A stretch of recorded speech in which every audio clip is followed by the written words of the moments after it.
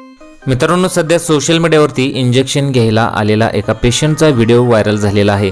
अनेक लोकांना हा व्हिडिओ विनोदी वाटत आहे, परंतु पुढे काय झालेलं आहे पहा। चॅनलवरती नवीन असाल तर मराठी न्यूजला जरूर सबस्क्राइब करा। व्हायरल होत असलेल्या व्हिडिओत दिसतंय की आजारी व्यक्ती रुग्णालयात एका खुर्चीवर बसलेली आहे। आता आपल्याला इंजेक्शन देणार या भीतीने ही व्यक्ती आधीच भेदरलेली आहे। आजारापेक्षा उपचार भयंकर अशी अवस्था या व्यक्तीची झालेली आहे। जेव्हा डॉक्टर इंजेक्शन देतात तेव्हा त्या व्यक्तीला दुसऱ्या बाजूस बघण्यास सांगतात, तरीही तो व्यक्ती इंजेक्शनकडे बघत असतो। इंजेक्शन दिल्यानंतर खुर्चीवर बसलेला व्यक्ती एखाद्या लहान मुलांसारखा रडताना दिसत आहे। या रुग्णाची अवस्था पाहून डॉक्टर हसू लागतात।